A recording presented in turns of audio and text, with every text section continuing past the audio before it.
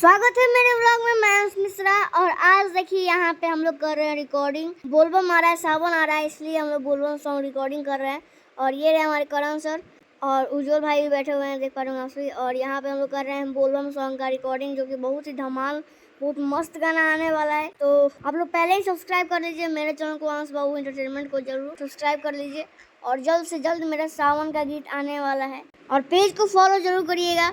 अगर आप सब इस पेज पे नए हैं तो प्लीज पेज को फॉलो करिए। अगर इंस्टाग्राम पर देख रहे हैं तो प्लीज फॉलो करें। यूट्यूब पे देख रहे हैं तो प्लीज सब्सक्राइब करें। और यूट्यूब पे जो भी चैनल है आप सब प्लीज सब्सक्राइब कर लीजिए, अंश बाबू एंटरटेनमेंट, अंश बाबू ऑफिशियल।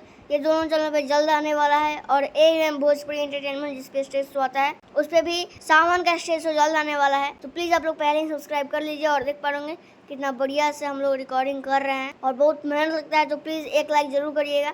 मिलते हैं नेक्स्ट ब्लॉग में, तब तक के लिए धन्यवाद। जय हिंद, जय भारत।